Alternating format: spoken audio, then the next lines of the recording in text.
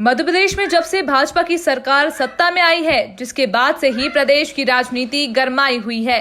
आपको बता दें, ज्योतिरादित्य सिंधिया के भाजपा ज्वाइन करते ही कांग्रेस की कुर्सी महज 15 महीने में ही छीन गई थी, जिसके चलते मध्य प्रदेश में शिवराज सिंह चौहान को चौथी बार सीएम बनने का मौका मिला। लेकिन अभी 24 सीटों में उपचुनाव होना बाकी है। ऐसे में प्रदेश के सांवेर विधानसभा क्षेत्र भी एक अहम सीट मानी जाती है, जहां का चुनावी नजारा बहुत दिलचस्प होता है। यहां अंदाजा लगाना मुश्किल हो जाता है कि आखिर यहां की जनता किसको चुनना पसंद करती है। हालांकि कुछ समय पहले हुए चुनाव में कांग्रेस की तरफ से तुलसी सिलावट ने जीत सशील की थी, लेकिन कांग्रेस पार्टी में हुए बगावत के कारण उन्होंने कांग्रेस से इस्तीफा देकर बीजेपी ज्वाइन कर ली थी।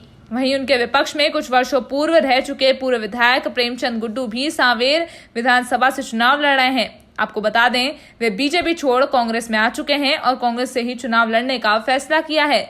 इसी को लेकर एनटीवी विशेष संवाददाता ने आज सांवेर क्षेत्र भाजपा मंडल अध्यक्ष सुमेर सिंह से होने जा रहे हो चुनाव को लेकर चर्चा की। जानते हैं सांवेर विधानसभा में बीजेपी नेता और बीजेपी कार्यकर्ताओं द्वारा सांवेर क्षेत्र में किस प्रकार की व्यवस्था की गई। इंदौर से कैमरा पर्सन अमित मौर्य के साथ विशेष संवाददाता आशीष सिंह की रिपोर्ट। मध्य प्रदेश में 24 सीटों में उपचुनाव होने जा रहा है। मध्य प्रदेश में सांवेर क्षेत्र भी एक ऐसा क्षेत्र है जो अहम माना जाता है, तो आपकी क्या राय है यहाँ के क्षेत्र की? क्या प्रेमचंद गुड्डू और या फिर तुलसी सिलावट, किसको जनता अपना विधायक चुनने को लिए तैयार है?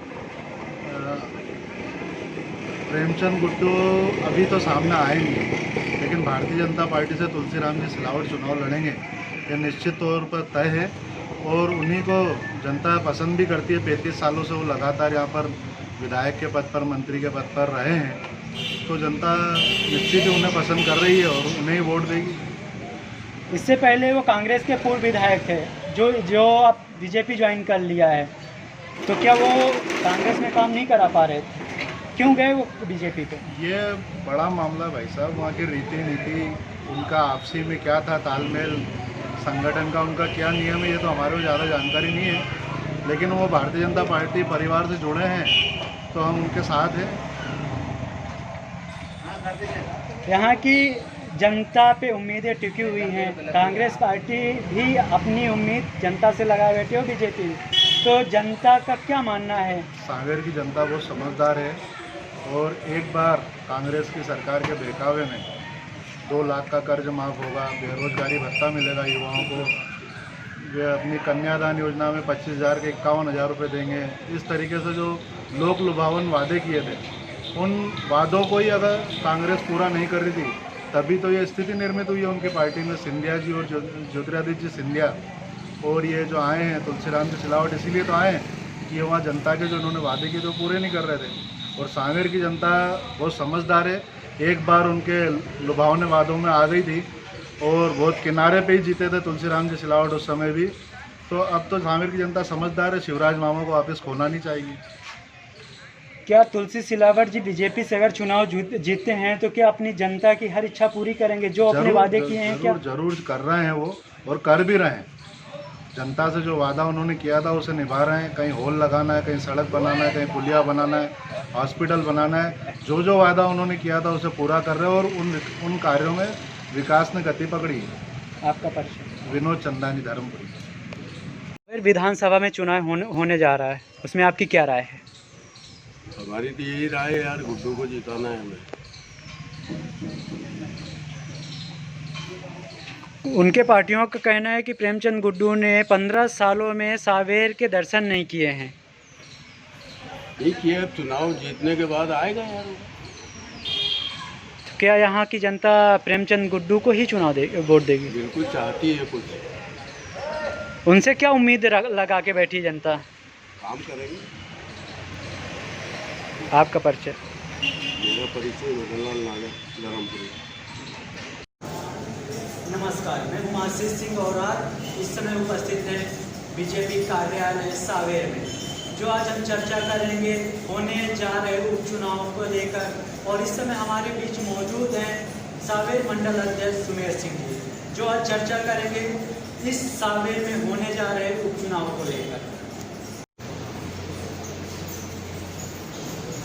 जैसे कि अभी तुलसी सिलावट जी ने कांग्रेस से विधानसभा चुनाव जीता है और अभी उन्होंने बीजेपी ज्वाइन कर दिया है, तो सागर विधानसभा से किस प्रकार के बीजेपी का सपोर्ट करेगी जनता?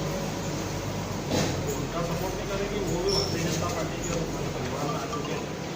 तो भारतीय जनता पार्टी सागर मध्य प्रदेश में ज्योतिरादित्य सिंधिया जी के जो नेतृत्व में उनके जो वरिष्ठ विधायक आए हैं उसमें माननीय तुलसीराम सिलावट जी भी है, तो वो उनका सपोर्ट तो भारतीय जनता पार्टी संगठन का सपोर्ट और भारतीय जनता पार्टी कमल के फूल का सपोर्ट और कमल के फूल के उम्मीदवार माननीय तुलसी सिलावट जी रहेंगे, तो उनका कोई भारतीय जनता पार्टी कदम रखते हुए आप देखिए तो काम कर रहे हैं।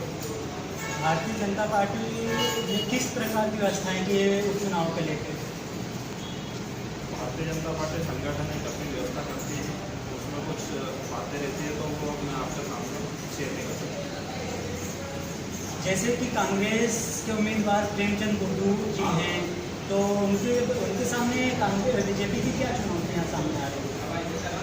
प्रेमचंद गुड्डू जी यहाँ से मेरे हिसाब से भी जब से राजनीति कर रहे 15 साल से मंडल में महामंत्री या मैं जिले में उपाध्यक्ष है और सागर में कई सालों से काम कर रहे हैं, तो मेरे को 15-20 साल से तो प्रेमचंद गुड्डू जी सागर में नहीं दिखे, तो उनकी चुनौती का तो सवाल ही नहीं होता। वो तो 15-20 साल से युवा नेता, युवा कार्यकर्ता और युवा लोगों के बीच में नहीं, एक वो तो अवसरवादी है, तो कभी भारतीय जनता पार्टी में टिकट मिला तो भारतीय जनता पार्टी में चले गए, तो फिर भारतीय जनता पार्टी एक उनके पुत्र को लड़ाने के लिए साजिश करके वहाँ भी उन्होंने काम कैंसिल करा, और आज सारे विधानसभा में कांग्रेस टिकट दे रहे तो कांग्रेस की तरफ चले गए, क्योंकि जनता के लिए सेवा करने का भाव है उनको, तो पद और विधायकी का सांसदी का लालच है, तो उनका काम करने उनकी कोई चुनौती नहीं है।